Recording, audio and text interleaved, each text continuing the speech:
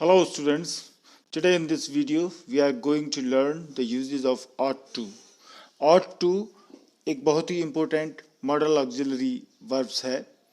इसके उपयोग हम इस वीडियो में सीखने जा रहे हैं। ought to का अर्थ होता है चाहिए। ये आपने कई प्रकार के सेंटेंसेस में देखा होगा। एग्ज़ाम के लिए बहुत ही इम्पोर्टेंट मॉडल ऑक्सिलरी वर्ब्स है ये। आइए इसको स्टार्ट करते हैं, देखते हैं इसमें क्या क्या विशेषताएं होती हैं। तो ought to ऐसी वर्ब है जिसका जो भी हिंदी सेंटेंस होगा उसके आखिर में आता है ना चाहिए। चाहिए भी कह सकते हैं, चाहिए और ना भी जुड़ा होता है। जैसे हमें पढ़ना चाहिए, हमें मेहनत करनी चाहिए, हमें बड़ों की आज्ञा माननी चाहिए। तो ना चाहिए, नी चाहिए, इस तरह का हिंदी सेंटेंस के आखिर में आता है। तो अब ought to के बारे में आप स्क्रीन पर देखें कुछ जानकारी, उसके बाद हम देखते हैं इसके उपयोग। ought to के साथ हमेशा टू लगता है, ये तो क्लियर है, दिख रहा है। अभी आपने जितनी मॉडल ऑक्सिलरी वर्ब्स पढ़ी वो सभी सिंगल वर्ड वाली थी, will, shall, can, could, would, should, ये सभी। ought में टू भी लगा रहता है। शुड एवं ought to का प्रयोग एवं अर्थ लगभग समान होता है, इसको भी आप देख लें। शुड और ought to के प्रयोग में कोई ज़्यादा बारीक अंतर नहीं होता, एक दो बातों में ही अंतर होता है। बाकी लगभग शुड की जगह हम ought to की जगह शुड का प्रयोग कर सकते हैं। दूसरी बात है ought to का प्रयोग कहाँ कहाँ होता है।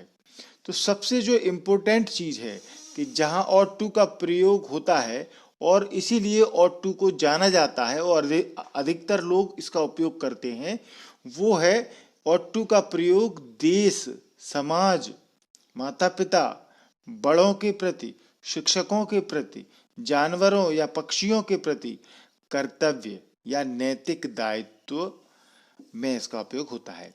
ये मैंने जो अंडरलाइन किया है रेड से, ये सबसे इम्पोर्टेंट है और इसी के लिए ही ought to को जाना जाता है। अधिकतर लोग ought to का प्रयोग इन्हीं कंडीशन में करते हैं।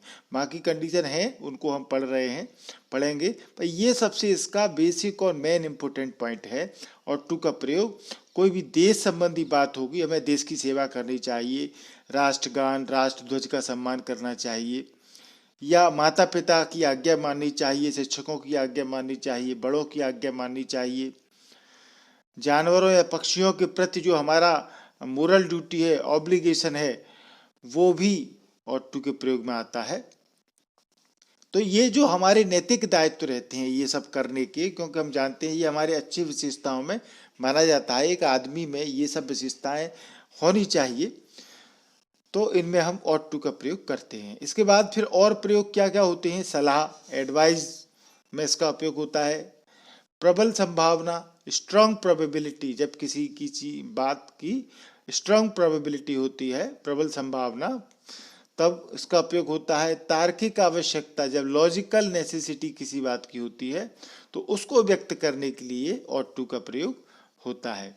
तो ये एक बेसिक बात हुई, ये सबसे पहले ये आपको जानना है जो ought to के प्रयोग के लिए आवश्यक है। अब हम कुछ सेंटेंसेस से इस बात को समझेंगे। देखिए, you ought to consult A doctor, ये जो पहला सेंटेंस है ये बहुत बार पेपर में भी आता है। यहाँ पर कैसे आता है, ये फिल इन द ब्लैंक्स दे देंगे और फिर वो आगे 2-3 मॉडल वर्ब दे देंगे फिल इन द ब्लैंक्स में और वो पूछेंगे। तो इस तरह की एडवाइस में आप शुड और ought to दोनों का प्रयोग कर सकते हैं, आप देख लें। पर यदि शुड और ought to दोनों आते हैं और इस तरह की बात आती है तो आप ought to का प्रयोग प्राथमिक तौर पर करें। दूसरा देखें, we ought to respect our parents, we ought to obey the rules of the road, हमें अपने पेरेंट्स की आज्ञा माननी चाहिए, हमें सड़क के नियमों का पालन करना चाहिए। तो ये भी आप अच्छे से देख लें, ये ओबे जो वर्ड है या रेस्पेक्ट जो है ये बहुत इंपॉर्टेंट वर्ड हैं। ये यदि पेपर में आए हैं फिल इन द ब्लैंक्स में तो आप मान के चलें कि आपको उसमें ought to ही भरना है, दूसरी चीज कोई सोचना ही नहीं है। ओबे शब्द के साथ तो ought to आएगा ही, क्योंकि इसका सबसे बेसिक जो विशेषता है वो यूज जो है वो यही है कि मोरल ऑब्लिगेशन यानी कि आज्ञा वाली बात जब आती है तो हम ऑट टू का प्रयोग करते हैं। We ought to help our friends, हमको अपने दोस्तों की मदद करनी चाहिए। We ought to obey our elders, हमें अपने बड़ों की आज्ञा माननी चाहिए। ये सभी ऑट टू का मतलब ना चाहिए, नी चाहिए। वी ऑट टू पे आवर टैक्सेस रेगुलरली, हमें नियमित रूप से हमारे टैक्सेस जो इनकम टैक्स होते हैं और भी कई प्रकार के टैक्स होते हैं वो सभी टैक्स चुकाने चाहिए। तो ये देश के प्रति हमारा कर्तव्य है, हमारी ड्यूटी है कि देश का विकास तभी होगा जब जनता टैक्स चुकाएगी। जनता टैक्स बहुत कम चुकाती है। Students ought to abide by discipline, विद्यार्थियों को अनुशासन से बंधे रहना चाहिए।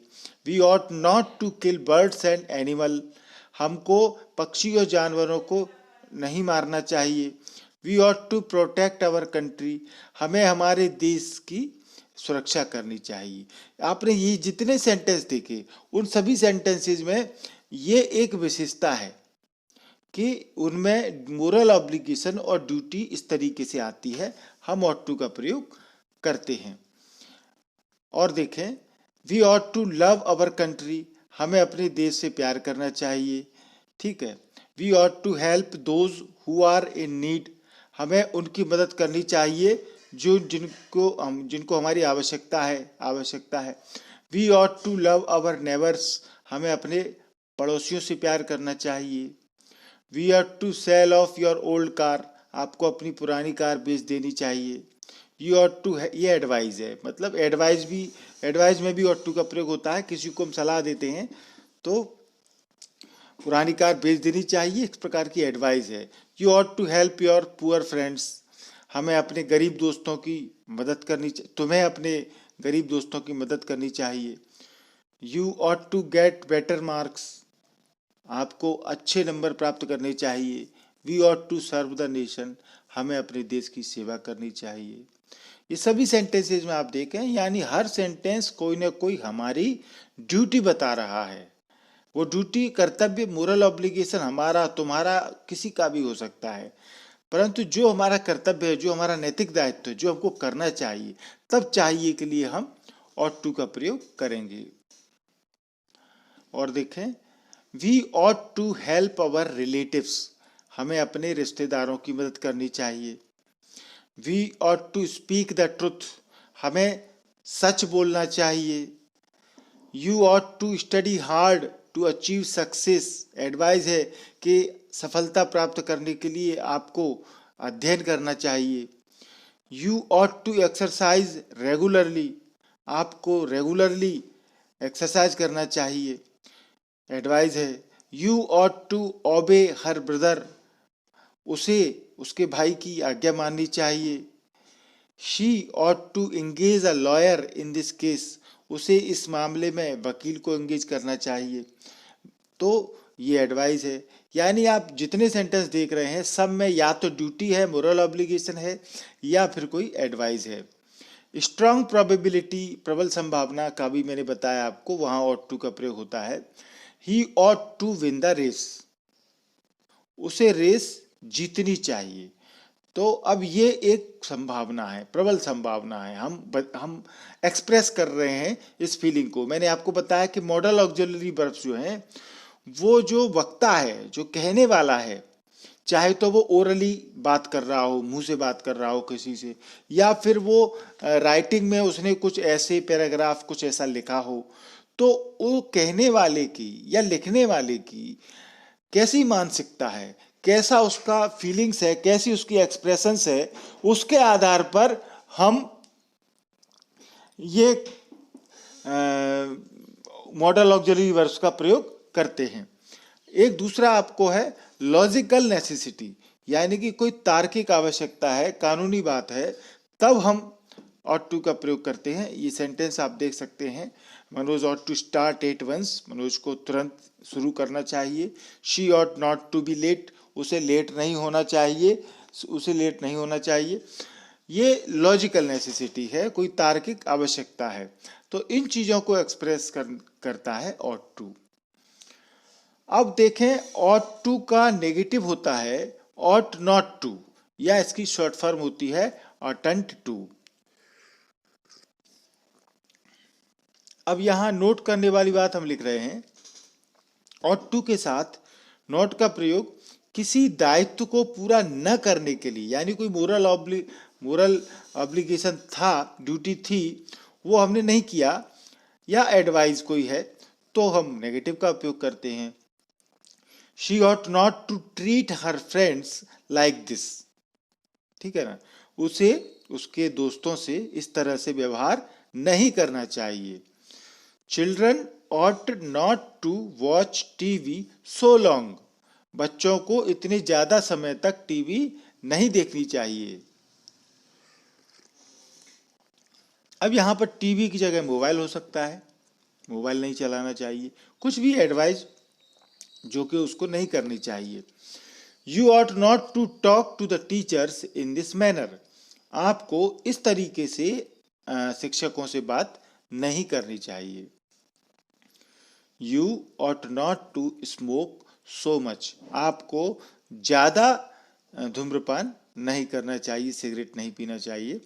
You oughtn't to hate your neighbors, आपको अपने पड़ोसियों से घृणा नहीं करनी चाहिए, एडवाइस है। तो ये इसका नेगेटिव हो जाता है। नेगेटिव में आप याद रखें कि नॉट जो है वो ought के बाद लगेगा, ought not to, या इसकी short form oughtn't to। Short form भी आप याद रखें, कभी कभी बच्चे इसकी स्पेलिंग शॉर्ट फॉर्म लिखते समय गलती कर देते हैं, तो आपको हम अगले किसी वीडियो में क्वेश्चन टैग वाले में इस तरीके से शॉर्ट फॉर्म बताएंगे। अब हम कुछ स्ट्रक्चर पर बात करेंगे। ये तो आपका ये ought to का जो मेन प्रयोग है, किस तरीके से हम उसको प्रयोग में लाते हैं, वो यूजेज जो है वो हमने बताया आपको कई सेंटेंसेस के द्वारा। अब अलग अलग स्ट्रक्चर, जैसे कि हमने शुड के, कैन के, विल के, ये सभी के जो स्ट्रक्चर पढ़े आपने अभी तक के वीडियोस में, तो ought to के भी ये स्ट्रक्चर इसी तरीके से होते हैं। और ये स्ट्रक्चर हर मॉडल का मैं बता रहा हूँ आपको वीडियो में, ताकि आप हर स्ट्रक्चर आपके दिमाग में अच्छे से बैठ जाए कि कौन से स्ट्रक्चर कंटिन्यूअस में होंगे, कौन से पैसिव में होंगे। जब कंटिन्यूअस में होंगे या सिंपल सेंटेंस में होंगे या पैसिव वॉइस में होंगे, तो फिर उनके अर्थ किस तरीके से बदल जाते हैं, उनकी पहचान क्या हो जाती है, कब हम V3 लगाते हैं पास्ट पार्टिसिपल फॉर्म, कब हम V4 लगाते हैं मेन वर्ब में ING। ये सारे स्ट्रक्चर में बार बार आपको हर मॉडल ऑक्सिलरी वर्ब्स के उसमें बता रहा हूँ, ताकि आपको पूरी तरीके से मॉडल ऑक्सिलरी वर्ब्स दिमाग में क्लियर हो जाएं। ये सब आप यदि 2-3 बार भी यदि एक मॉडल को पढ़ लेंगे, सुन लेंगे, वीडियो को अच्छे से देख लेंगे, तो मॉडल के बारे में कभी आपको कोई डाउट नहीं रहेगा। ये स्ट्रक्चर देखते हैं, दोनों तरह के स्ट्रक्चर दिए मैंने इसमें, अफर्मेटिव और नेगेटिव। यहाँ पहले देखिए subject plus ought to, subject ought to और फिर हैव और V3, यानी कि ये सेंटेंस ऐसे हैं जब हम ought to के साथ हैव लग रहा है और V3 आ रहा है। ना चाहिए था, आपको पता है ought के साथ हैव लग जाता है तो था आ जाता है। इसी में यदि नेगेटिव होगा तो इस तरीके से होगा, सब्जेक्ट ought not to, यानी नेगेटिव होगा तो not to आ जाएगा, हैव फिर V3 यानी पास्ट पार्टिसिपल फॉर्म। अब ये क्या होता है, moral obligation in the past. अभी तक आपने देखा कि जो मोरल ऑब्लिगेशन, नैतिक ड्यूटी या नैतिक कर्तव्य हम पढ़ रहे थे वो प्रेजेंट में पढ़ रहे थे। अब जब यही चीज पास्ट में आएगी तो हम ought to के साथ में हैव लगा देंगे। एक बात और ये क्लियर आपको स्क्रीन पर कर देते हैं, ought to का पास्ट टेंस फॉर्म नहीं होता है, ठीक है ना, लेकिन इसका पास्ट टेंस फॉर्म जो है ought to have, जब ought to के साथ have लगा देते हैं V3 आ जाता है, के रूप में व्यक्त होता है। ये बात हम क्यों कह रहे हैं कि जैसे आप देखें कैन प्रेजेंट फॉर्म था, कैन का पास्ट फॉर्म कुड था, विल का वुड, शैल का शुड, ठीक है ना, तो मे का माइट, ये जो आपने देखे हर जो मॉडल ऑक्सिलरी वर्ब्स इनके प्रेजेंट फॉर्म भी थे और पास्ट फॉर्म भी थे। अभी ought to का कोई अलग से नहीं होता, ये सिंगल मॉडल ऑक्सिलरी वर्ब्स है, इसका पास्ट टेंस फॉर्म नहीं होता है। हालांकि इसका उपयोग हम प्रेजेंट, पास्ट, फ्यूचर तीनों तरीके से कर सकते हैं, पर ought to रहेगा।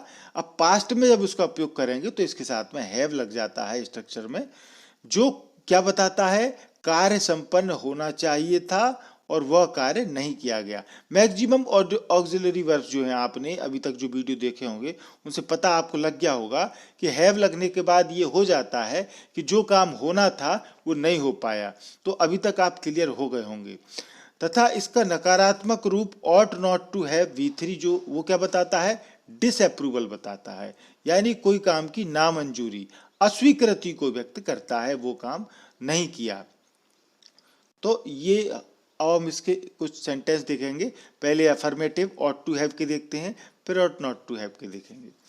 ये देखें, तुम्हें मुझे जानकारी देनी चाहिए थी, ठीक है ना, पर नहीं दी, तो इसको कैसे हम लिखेंगे, you ought to have informed me। यहाँ शुड भी हो सकता है, मैं आपको बता चुका हूँ शुड और ought to के प्रयोग में अंतर ज़्यादा नहीं होता है। कहाँ एक चीज़ में अंतर आता है वो मैं आगे आपको वीडियो में बताऊंगा। तुम्हें मुझसे मिलना चाहिए था, you ought to have asked me,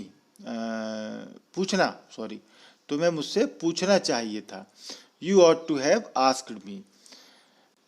She ought to have invited him in the function, उसे फंक्शन में उसको इनवाइट करना चाहिए था।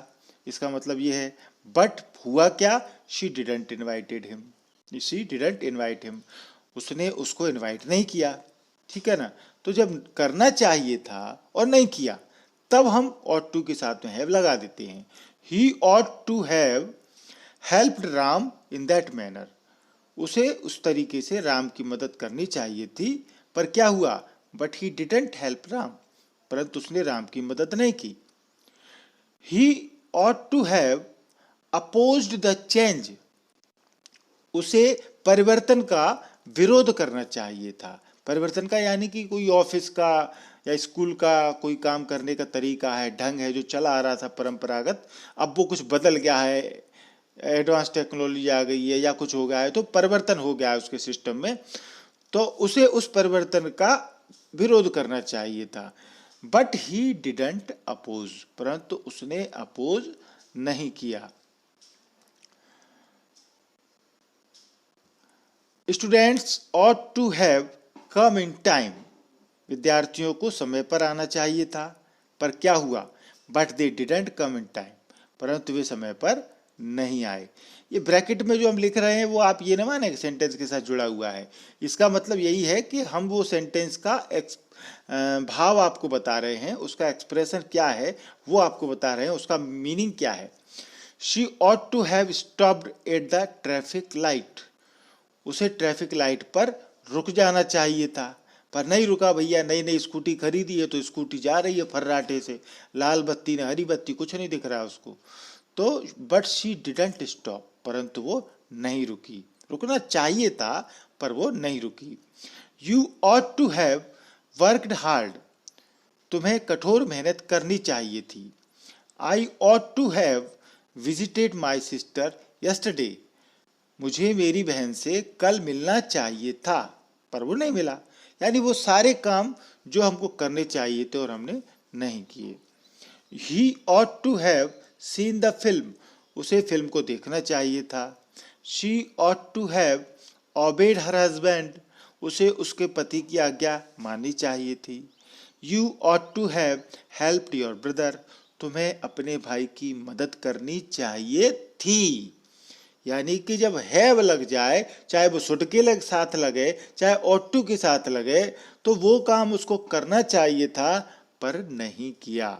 ये expression should have ought to have बताता है। उसे अपने दोस्त से इस तरह से व्यवहार नहीं करना चाहिए था। He ought not to have treated your friend like this, sorry यहाँ पर ये योर हो गया है, इसको आप हिज, जब आप राइट डाउन करें तो इस योर को हिज कर लें। He ought not to have treated his friend like this, बच्चों को इतनी देर तक फिल्म नहीं देखना चाहिए थी। Children ought not to have watched film so long, उसे इस तरह से अपने बड़ों से बात नहीं करनी चाहिए थी। He ought not to have talked to his elders in this manner। ये नेगेटिव सेंटेंस हैं सभी, आप देखें ought not to have, यानी नॉट का आप समझ लें कि चाहे हेल्प जो सहायक क्रिया है वो एक है तो भी उसके बाद नॉट लगेगा नेगेटिव सेंटेंस में, और यदि दो है तो भी फर्स्ट जो वर्ड है पहला शब्द उसी के बाद नॉट लगेगा। तीन यदि है तो भी पहले के बाद ही नोट लगेगा। कुछ बच्चे कॉपी में ग्रामर लिखते समय गलती करते हैं, जैसे हैज बीन है तब तो ठीक है, उनको बता देते हैं टीचर के बीच में लग जाएगा तो हैज नॉट बीन कर देते हैं। पर अब देखिए विल हैव बीन, तीन है, विल हैव बीन, अब बोले, अब उसके दिमाग में तो बैठ गया बच्चे के में कि बीच में लगाना है। अब आप बताइए विल हैव बीन तीन है, तीन का बीच क्या होगा, डेढ़, क्या होगा मतलब क्या है, समझ में नहीं आया ना, तो गलती कर देते हैं। तो कुछ बच्चे क्या करते हैं विल हैव नॉट बीन, ठीक है ना, कन्फर्म कर लें आप, बिल्कुल क्लियर हो जाए, पहले शब्द के बाद ही आपको नोट लगाना है, विल नॉट हैव बीन, ठीक है ना। इसमें बीच वाली बात को दिमाग में न रखें, आप तो सीधा रखें कि या कोई भी सहायक क्रिया शब्द जो है वो यदि एक है, दो है या तीन है तो हम पहले के बाद ही नॉट लगाएंगे। और इसी प्रकार से जब इंट्रोगेटिव होगा प्रश्नवाचक तो केवल पहला शब्द ही हम सब्जेक्ट के आगे ले जाएंगे, बाकी फिर दो या तीन या नॉट जो भी है वो सब्जेक्ट के बाद रखते हैं। तो ये आपने ऑट टू हैव का नेगेटिव सेंटेंस देखा।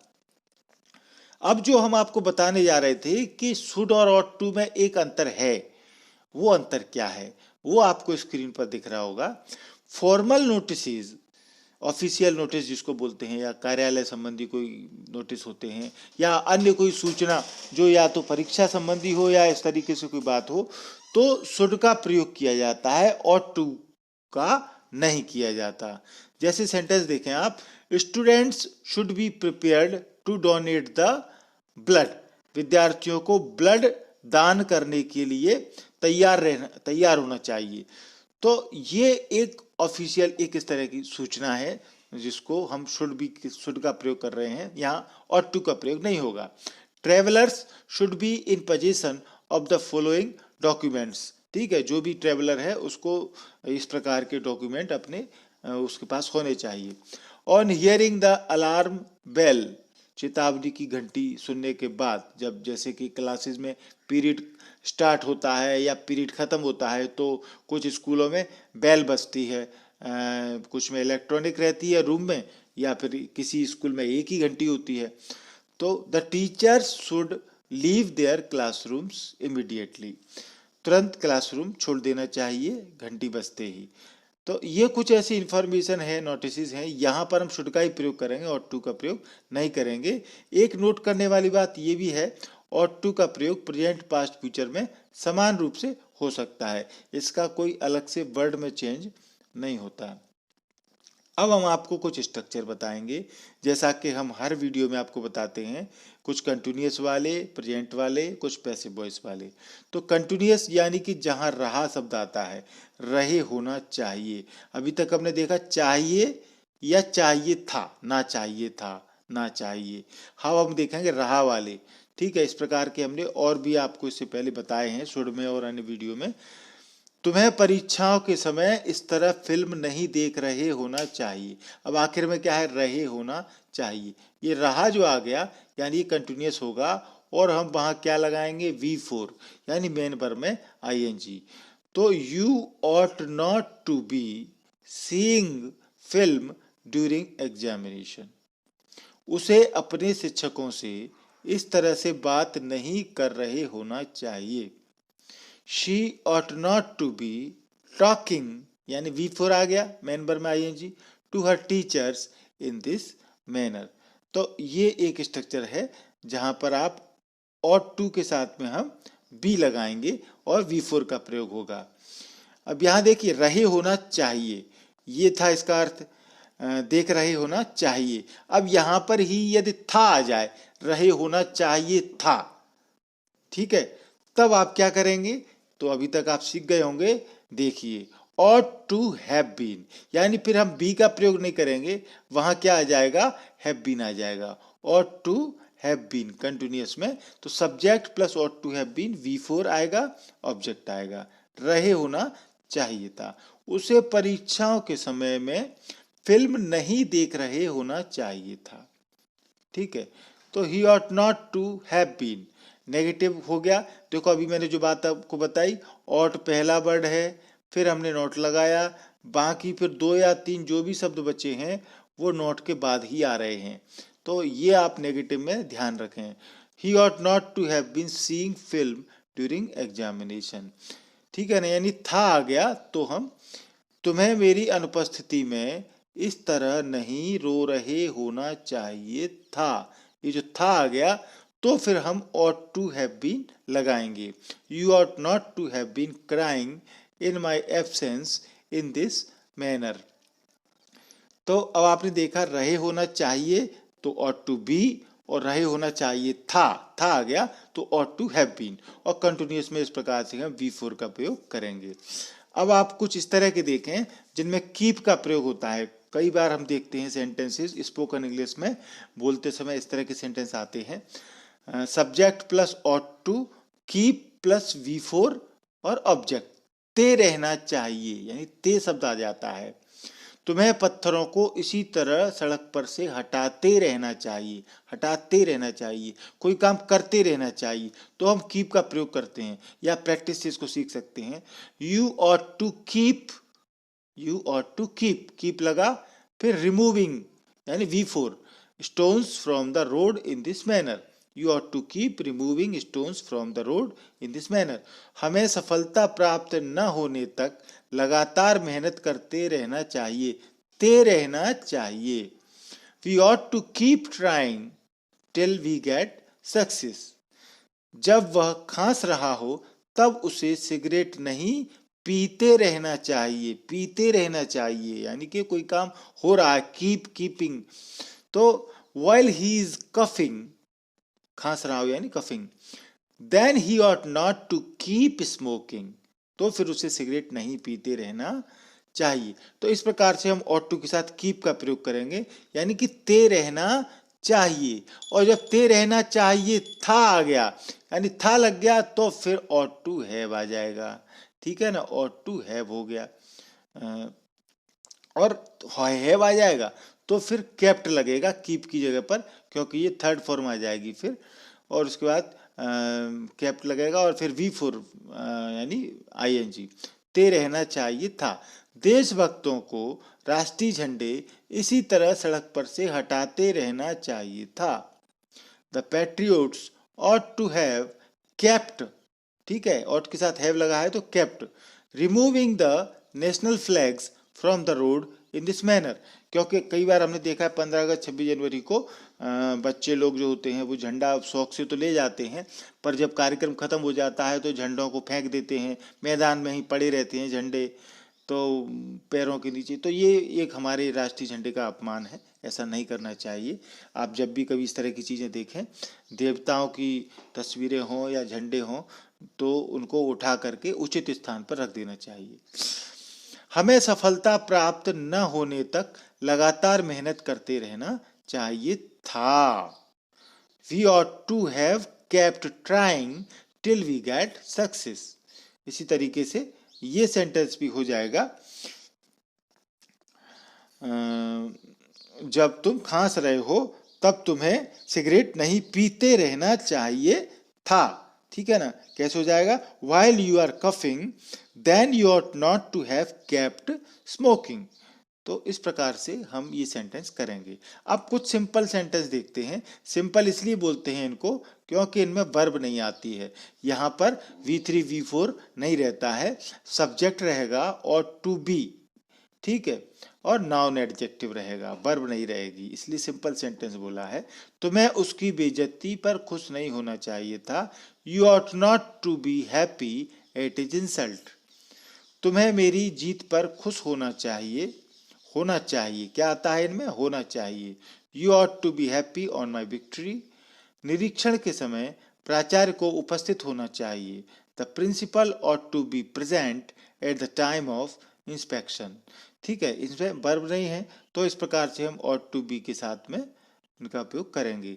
अब ऐसे ही सेंटेंस में मैंने बताया जब था आ जाएगा, होना चाहिए था, यानी था लग गया, तो फिर आप उसके साथ में हैव बीन का प्रयोग हो जाएगा। ये होना चाहिए था तो ought to have been, noun adjective. उसे तो उल्टे अपने दोस्त के निधन पर दुखी होना चाहिए था। He ought to have been sad at the demise of his friend. Demise माने मृत्यु, तो निधन जो भी है। इस प्रकार से हम इसको करेंगे, हैव बीन का प्रयोग हो जाएगा, होना चाहिए था लग जाएगा। तो उसे अपने भाई की जन्मदिन पार्टी में उपस्थित होना चाहिए था। ठीक है, इनमें वर्ब नहीं है। He ought to have been present in the birthday party of his brother. उसे एक पुलिस ऑफिसर होना चाहिए था। She ought to have been a police officer. तो ये इस तरीके से हम बिना वर्ब वाले सिंपल सेंटेंस करेंगे। अब हम कुछ पैसिव वॉइस देख लेते हैं। पैसिव वॉइस में आप देखें या जाना चाहिए, अभी तक हम शुरू में भी इस तरह के स्ट्रक्चर हमने बताए थे। तो इनमें ऑब्जेक्ट आगे आ जाता है, पैसिव वॉइस में सब्जेक्ट पीछे चला जाता है और उसके सब्जेक्ट के पहले बाई लगाते हैं। ये इनकी पहचान होती है, कर्म आगे आता है। तो उसे पुलिस द्वारा गिरफ्तार किया जाना चाहिए, किया जाना चाहिए, यानी इस तरह की पहचान होती है। He ought to be arrested, passive voice में हमेशा थर्ड फॉर्म आती है, V3 आती है, बाई पुलिस, बाई लग गया पुलिस। ठीक है, तो इसमें ऑब्जेक्ट आगे आ जाता है और जो सब्जेक्ट है काम करने वाला वो पीछे चला जाता है। उसे तुम्हारी पत्नी द्वारा निमंत्रित किया जाना चाहिए। She ought to be invited by your wife. छात्रावास अधीक्षक द्वारा बच्चों की देखभाल की जानी चाहिए। तो children ought to be looked after by the hostel warden. इस प्रकार से हम ऑट टू के प्रयोग में पैसिव वॉइस कर सकते हैं। और यदि यहाँ पर जाना चाहिए के साथ में था आ गया, या जाना चाहिए था लग गया, तो फिर हैव बीन लग जाता है, यानी कि ऑट टू हैव बीन इस तरीके से हो जाता है पैसिव वॉइस में। तुम्हें पुलिस द्वारा गिरफ्तार किया जाना चाहिए था। You ought to have been arrested by the police. उसे तुम्हारे भाई द्वारा निमंत्रित किया जाना चाहिए था। He ought to have been invited by your brother. उसे उस देशद्रोही को राज्य से निकाल दिया जाना चाहिए था।